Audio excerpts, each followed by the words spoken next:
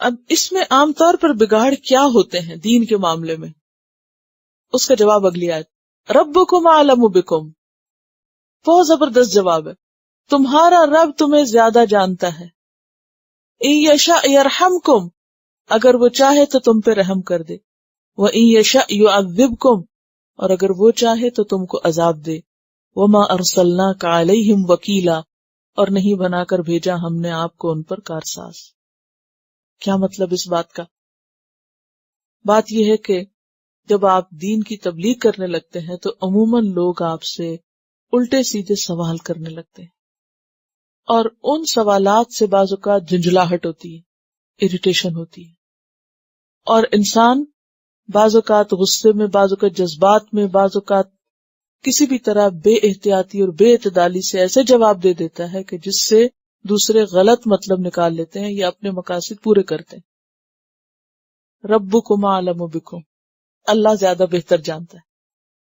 یعنی جو چیزیں اللہ کے پاس ہیں جن کا فیصلہ، حقیقت ہے کہ ہم کسی کا بھی انجام نہیں جانتے۔ کیوں؟ اس لیے کہ ہو سکتا ہے کہ ایک شخص ہماری نظر میں کافر ہی مر رہا ہے، مثلا آپ کے خیال میں اس نے نہیں پڑھا کلمہ یا نہیں، لیکن ہو سکتا ہے کہ وہ اپنی آخری بیماری کے دنوں میں معلوم نہیں اللہ سے کیا اقرار کر چکا ہو، ہمیں تو نہیں پتا کیا کیا توبہ کر چکا ہو، کوئی کتنا بھی بڑا مجرم ہو۔ آپ کو معلوم ہے وہ جو ایک 99 قتل کر کے شخص نکلا تھا اور عین آخری وقت میں اس کی صرف وہ جو زمین ناپی گئی اور ایک بالش کے فرق سے وہ بچ گیا، کون جانتا ہے کہ اس کا انجام کیا ہونے والا ہے؟ نبی صلی اللہ علیہ وسلم تو اپنے بارے میں کہتے وما ادری ما یفعل بی ولا بکم، میں نہیں جانتا میرے ساتھ کیا ہوگا اور تمہارے ساتھ کیا ہوگا۔ اور اس قسم کی باتیں جو اللہ کے فیصلے میں ہیں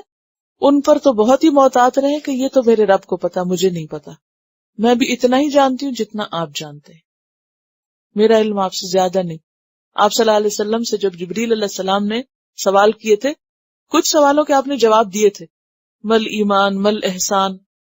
لیکن جب پوچھا کہ قیامت کب آئے گی تو آپ کے پاس اس کا جواب نہیں تھا، تو آپ نے کیا کہا